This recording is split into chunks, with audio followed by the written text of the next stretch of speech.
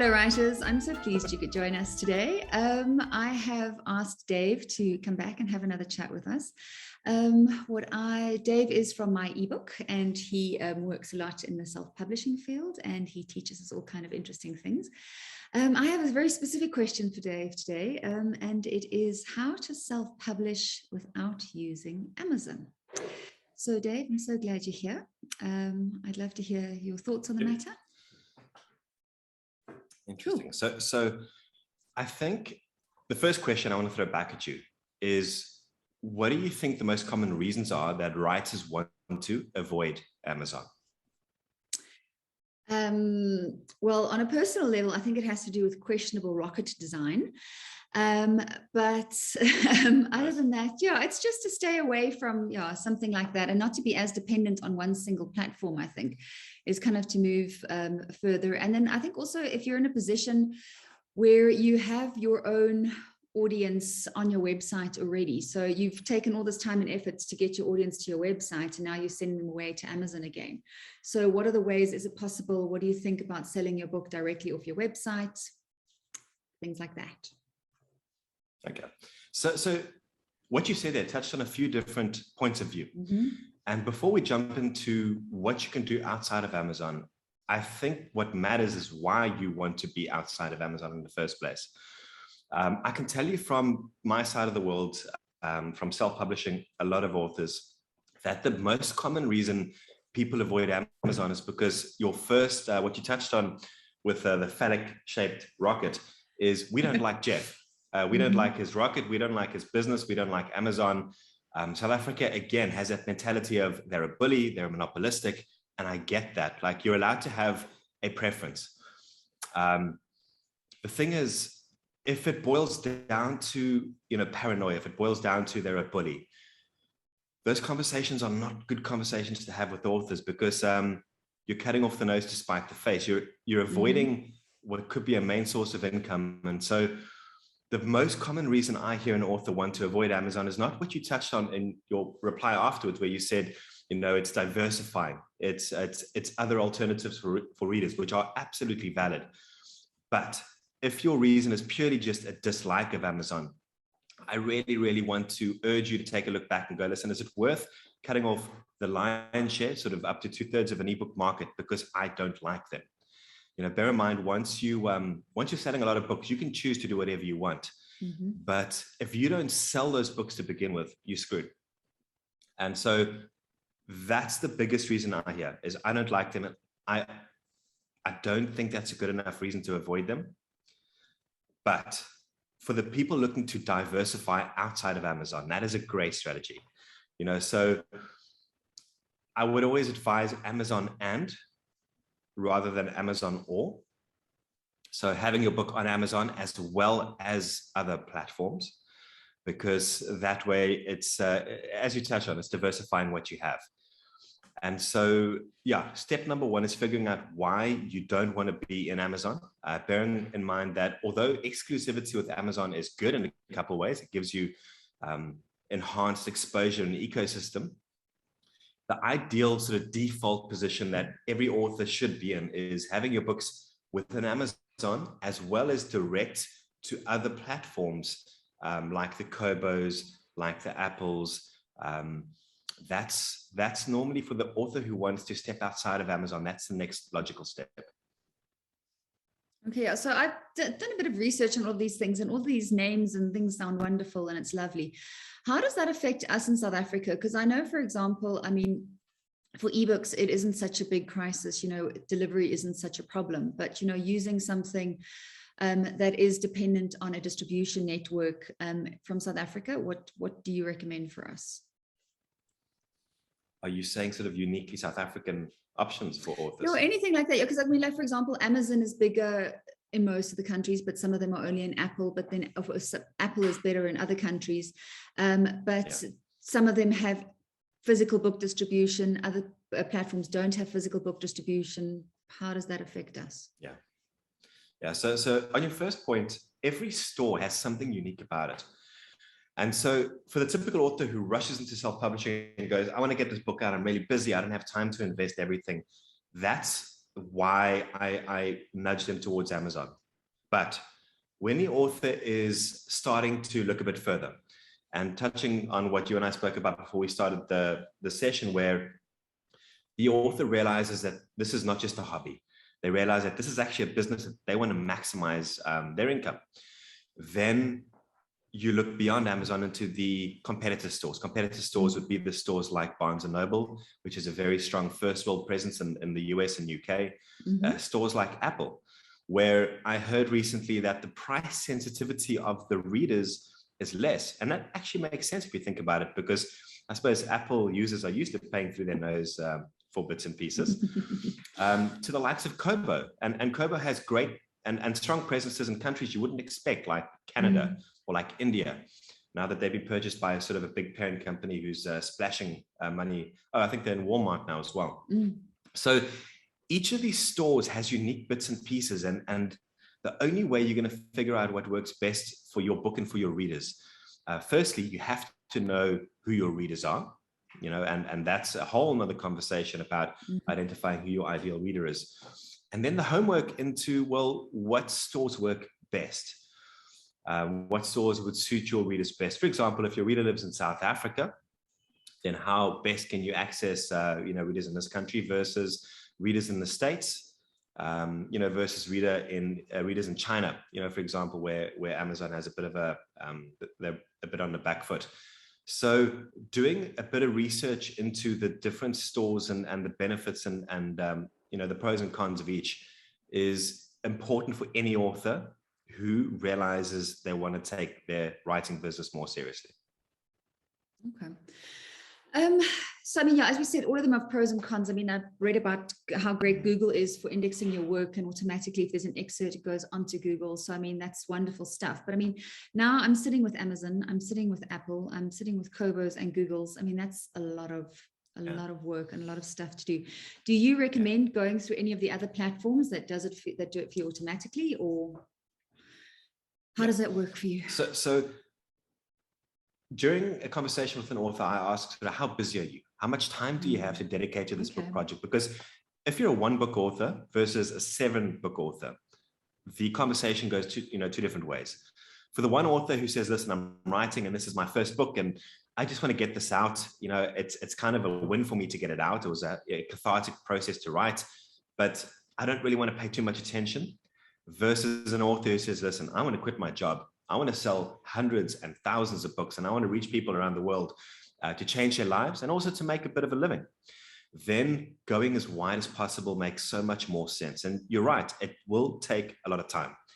And so for any author who expects they can kind of sit back and plug their book into a platform, this conversation is going to pop that bubble, unfortunately.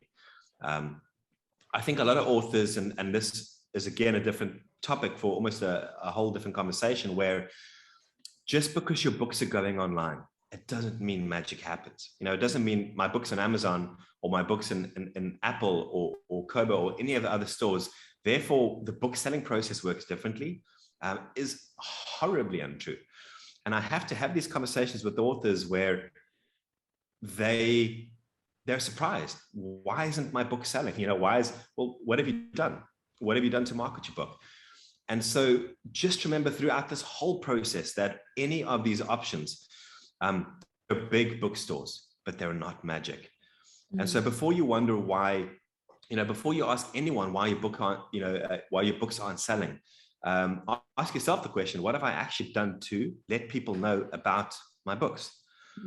And so, yes, for an author going wide, it is going to need an investment of time. You can't put this online, sit back and go, great, boss, I quit, I hate my job, and wait for that cash, because that's just where the job actually starts. And getting your books into the other stores is a great alternative, or it's a great option for those authors.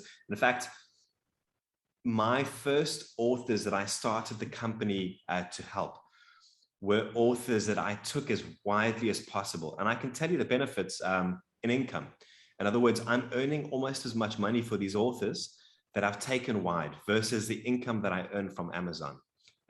However, it is time to reconcile the reports. It's time to make adjustments when the book gets updated or metadata happens or there's a problem or a delay in one of the stores. So do expect that as soon as you consider going wide, you're going to need to have that time where you can sit and actually put in the effort to the process.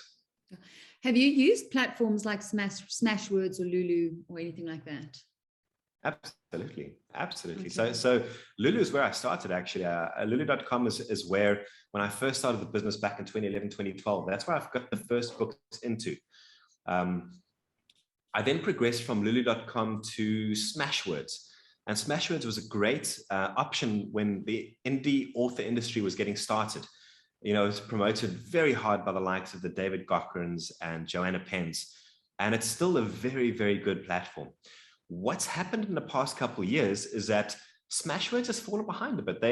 They're there. They're an option and they absolutely have benefits. However, their interface is not polished, meaning it looks amateurish. It's a little difficult to understand, to find what you need.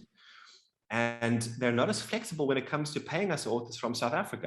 So when you knock on Smashwords' door and you go, hey guys, I want to sell my books, Smashwords will say, you're from South Africa, let's use PayPal. In fact, I don't think they actually offer an easy alternative to PayPal, whereas their competition now does. Okay. Where their competition to Smashwords not only has a sleeker interface, but they also offer payment options to South African authors beyond PayPal, beyond Payoneer, and they can actually, I think, pay into a local bank account, although the fees are a little scary. And so Smashwords I still use, but I only use it for very special reasons. I actually have a new BFF when it comes to publishing wide, and that BFF is Draft to Digital. So Okay. Draft to Digital with the number 2. Yeah, so Draft to Digital and Publish Drive as well. So those two do seem to be the new kids on the block.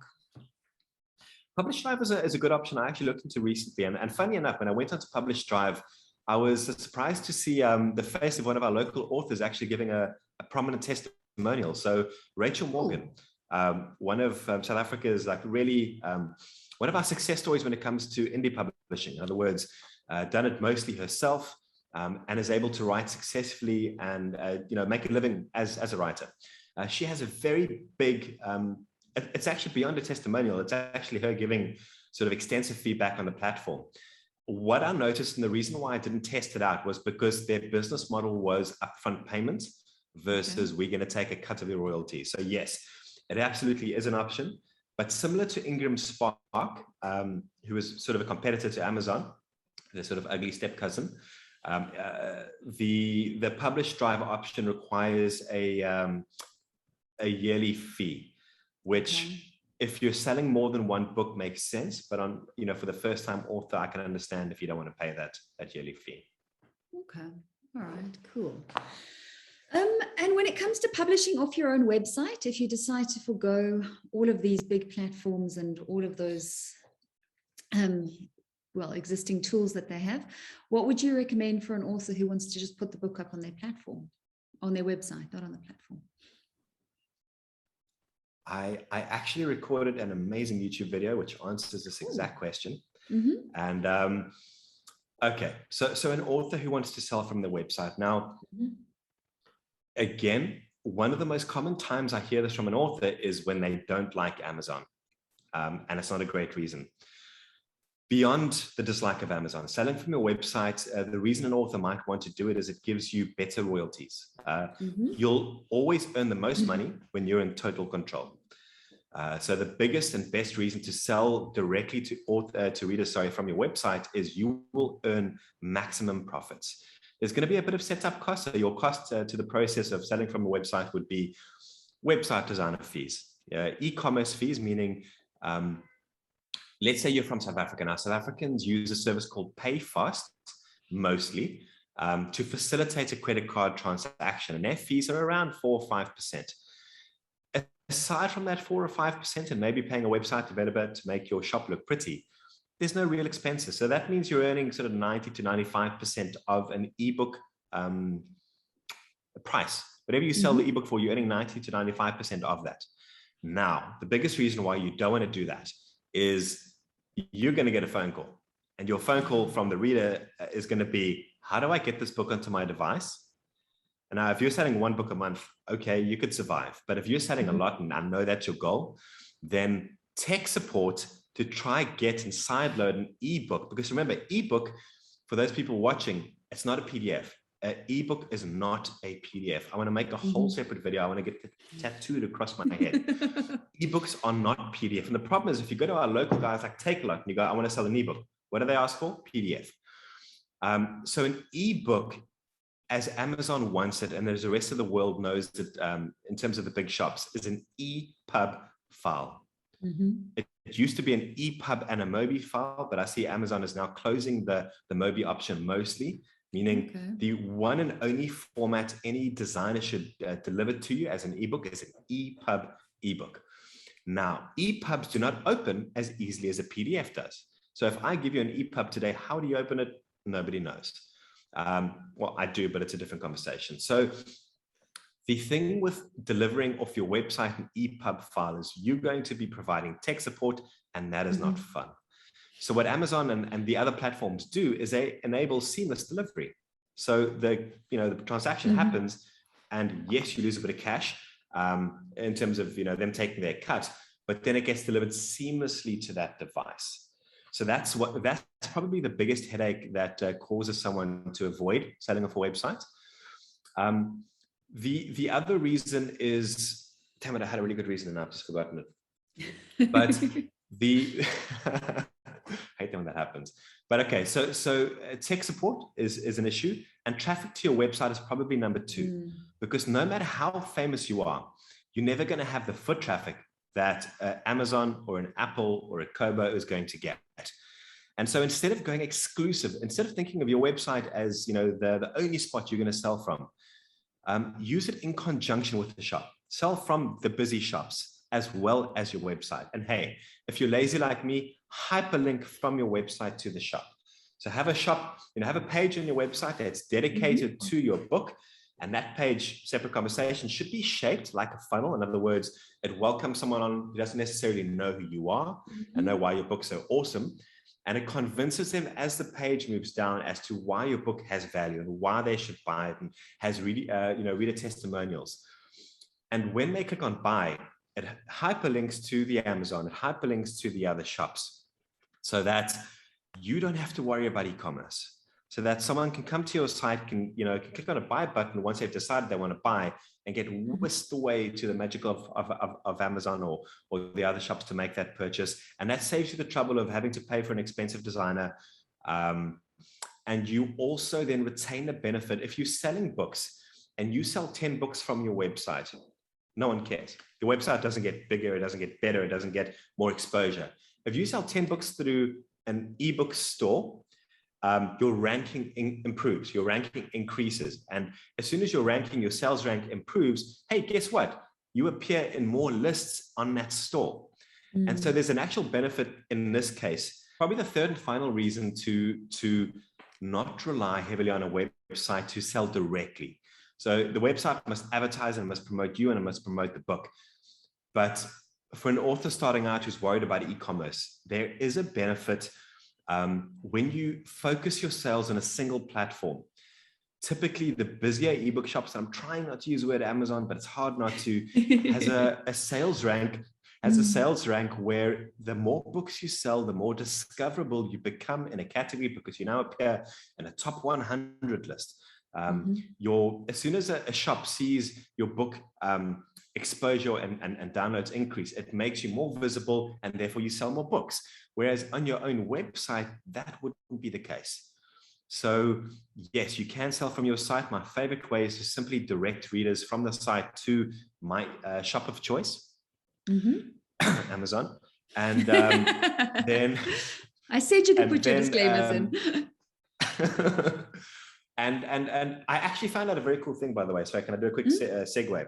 Yeah, go. So I've been publishing children's books recently for an author, and using, again, my aggregator BFF. So the single platform that lets me distribute the books widely, being Drafted Digital. Now, what Drafted Digital have done, aside from a very cool interface, is they have a good relationship. I don't know exactly what the relationship is, whether it belongs to them or it's just a friend of theirs, with something called books2read.com. And so any book that goes into Draft Digital automatically gets a books2read.com/URL. Now that bit after the slash is like garbled. It'll be like, books2read.com/XYZBZ something. But you can change that. And so what I've done for this author who I published 3 children's books for is once the book goes in, I go to via the D2D, the Draft to Digital platform, and I rename each one of her book to read links to a unique, sexy sounding name. So it was books2read.com/mermaid, books2read.com/tide, books2read.com/something else. And books2read.com gives readers one address that shows several different shop options. So if you picture being on a phone with the reader and they say, Mia, where can I get your book from? And you can go, well, my book's available. Oh, sorry, this is my most impressive, annoying voice I can do. Well, it's available on Amazon. It's available on Apple. It's available on Google. Now, books2read.com is a single URL with all those shop icons on it. Okay. And what books2read.com does, although it pulls directly out of Draft to Digital, meaning the links that are there by default are the Kobos and the Scribs and the Overdrives and all those D2D partnered shops, it allows you to put in custom links. And so what I did for this author, number one, was I named it so that it looks really good at books2read.com/book title. And I then added in the Amazon link manually, so that now one link, all the shops, including Amazon. And that way you don't have to, get a bit sidetracked when it comes to listing out to people where the book might be listed. You can, if you go through Draft to Digital, get that single link, give it a nice title, put it in Amazon if you decide to be there, and that makes your life a little easier, I think. Okay, cool. No, that sounds like a handy trick to have. And have you ever used something like a Bookfunnel? Because I'm coming back to the selling off your website, which you don't recommend, but have you used Bookfunnel, or how does it work for you? Now, correct me if I'm wrong. Bookfunnel is a promotional tool for authors. We're essentially similar to what we just spoke about, and please stop me if I'm wrong. I haven't used it before, but I have heard a lot about it, where an author with several books gets access to powerful promotional tools through Bookfunnel. Now, you will pay a fee. It's not going to be free, but similar to how we spoke about, one URL with several bookshop links. Questions of how can I deliver my book manually to people, questions of how do I promote, and Bookfunnel is a platform that a lot of well-known indie authors speak about, a paid platform to help you promote your books beyond what the typical bookshops, the power they give you.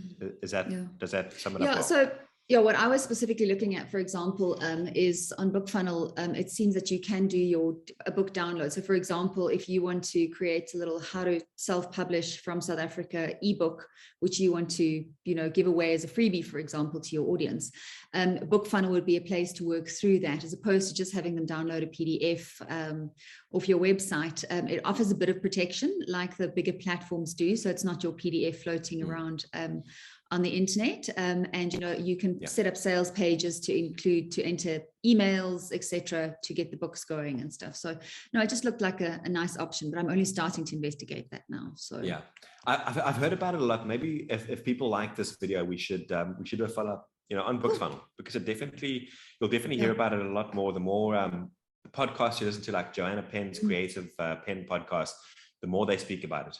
Yeah. Again, it's going to benefit authors with several books out there, and it is going to have some form of investment for those authors looking to bootstrap. Obviously, it's not going to be the sexiest option. Yeah. But before I forget about it, one of the reasons I often use Smashwords as opposed to Draft to Digital is because Smashwords, although it's the ugly cousin of Draft to Digital, although it's the older cousin, it has promotional tools that Draft to Digital doesn't. And promotional tools are things like when an author says, one of the ways Amazon does let an author down is it's for an author who wants to do a discount code or a coupon code, Amazon won't be your friend. Amazon doesn't tell you, it doesn't give you a code where you can say, hey, reader, use this code and get 50% off. Amazon does not let you do that. Smashwords is one of the only options that does. where you can set a unique code for a discount or for a sort of a dollar value off your book price. Smashwords also has something, and this is getting a little technical, but when someone sells your book off Smashwords, so let's say your book is on Smashwords, and I put a link to your book on my website, it's possible for me to actually earn affiliate income. Oh, that's nice. So I can actually promote your book off Smashwords from my website or my newsletter, whatever the case is, and I can earn a cut. And guess what? You can, as the author, you can decide what amount of the book sale price you want to give to affiliate marketers to promote your book for you. And so the default Smashwords pay someone like 11% or something silly like that if they sell a book using their unique link. And you can actually on a sliding scale change that percentage so that you earn a little less, but the affiliate marketer earns a little more. And so that makes it more attractive for someone else to promote your book because they're going to earn more of that income. That kind of cool tools, those kind of tools, Smashwords is, they're one of the only places that make it very easy and simple. The other shops don't have that amount of power under the hood, or they don't make it available to us either way. Okay, all right, cool stuff. Those are all my questions I have for you. So I think, if we're quickly going to recap, you are the Amazon fan. I know. We'll talk again. You are the Amazon fan, but definitely we can look at Apples and Kobos and all of those. And if you want to go for multiple sites, there are a few aggregate options that we can look at.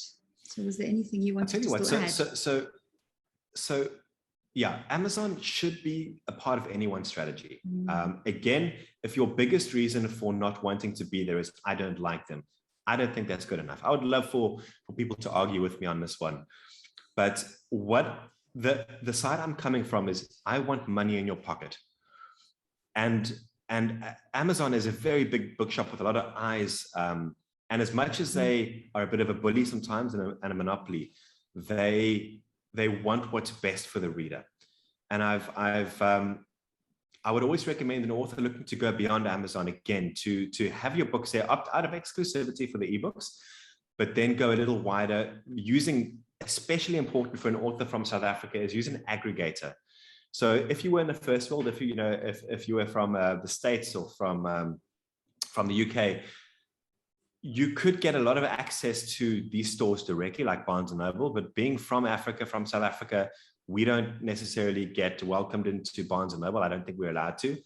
Apple, up until recently, also had restrictions saying, listen, if you want to get your book in our store, you must have an Apple account or an Apple device. I think that has changed. I tried to recently get a book in there, although I got to the point where it tried to force me to create Apple profiles, and I kind of stopped there. So I would want most authors, almost every author, to go as widely as possible when you're ready. Just know it's an investment of time.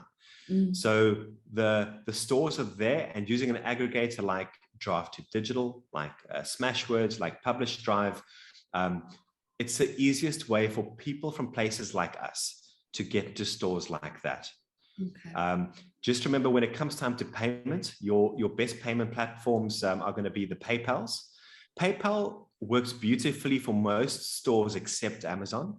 When it comes to Amazon, for someone from the third world, from Africa, from South Africa, is Payoneer is still going to be the best option.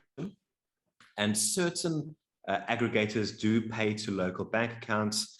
I've set up a Capitec account recently through Draft to Digital, and that worked fine.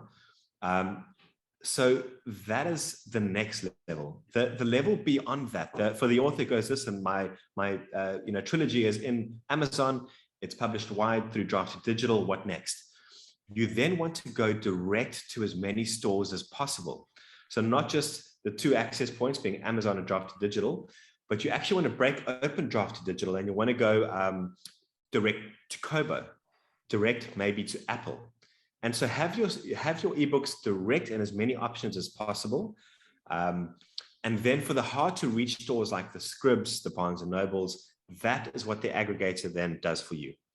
So this is obviously a little advanced, that it suits authors with more books better, but that's the ideal. That's what I want to aim for my serious authors, is Amazon, the hard to reach stores using Draft to Digital or something like them. And then where I can go direct, like Kobo and like Apple, to go direct to maximize royalties. Because remember, most of these platforms like Smashwords and Draft Digital will take a cut of your income. They're not doing it for free. Essentially, although it's free to get the book published, they want to take like a 10% cut of whatever you earn. And if you can find a way to get around that, again, that's how you're going to maximize what you earn as an author. Oh, yeah. Lots and lots of work. I like the writing part. It's so much easier. But yeah, no, it's definitely, the book is a business. So we need to wrap our heads around that. So that's very important.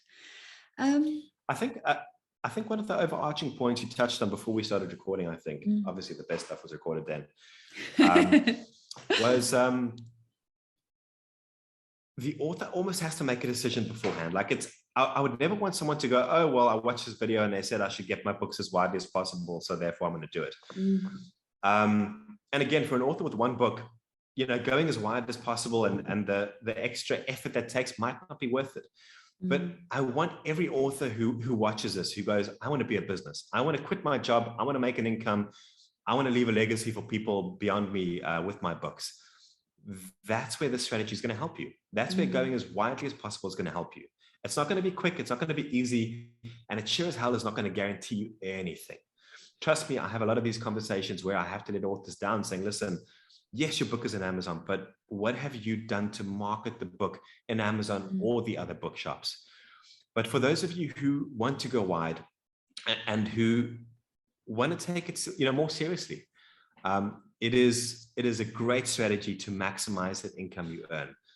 It's going to mean experimentation. It's going to mean a lot of homework and a lot of, I wouldn't say A/B testing, but kind of trying through trial and error to see what suits you best. And yeah, just know that there is a lot of resources out there for those authors who might get stuck. It's not as hard as it was years ago, where Google was a bit of a barren wasteland for topics.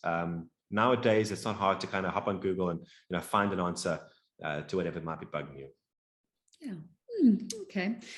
Well, thank you, Dave, for your insights. They're always valuable. Thank you. I think, it just comes back to go do your research. So yeah, we'll definitely get there. But thank you so much for joining us. The problem is appreciate if you don't do your research is you risk being taken advantage of. And I think from being from Africa and South Africa, again, that's a huge topic of if you don't do your research and you go to someone and you say, listen, I want to pay you money to market me. I want to pay you money to publish me. That's where you're going to risk getting abused as an author. And so you're right, homework is the way you get around that. No, definitely. Okay, but we'll chat about that again in another week. But thank you so much for your time. Perfect. I really appreciate it. Have an awesome day. Good to see you again.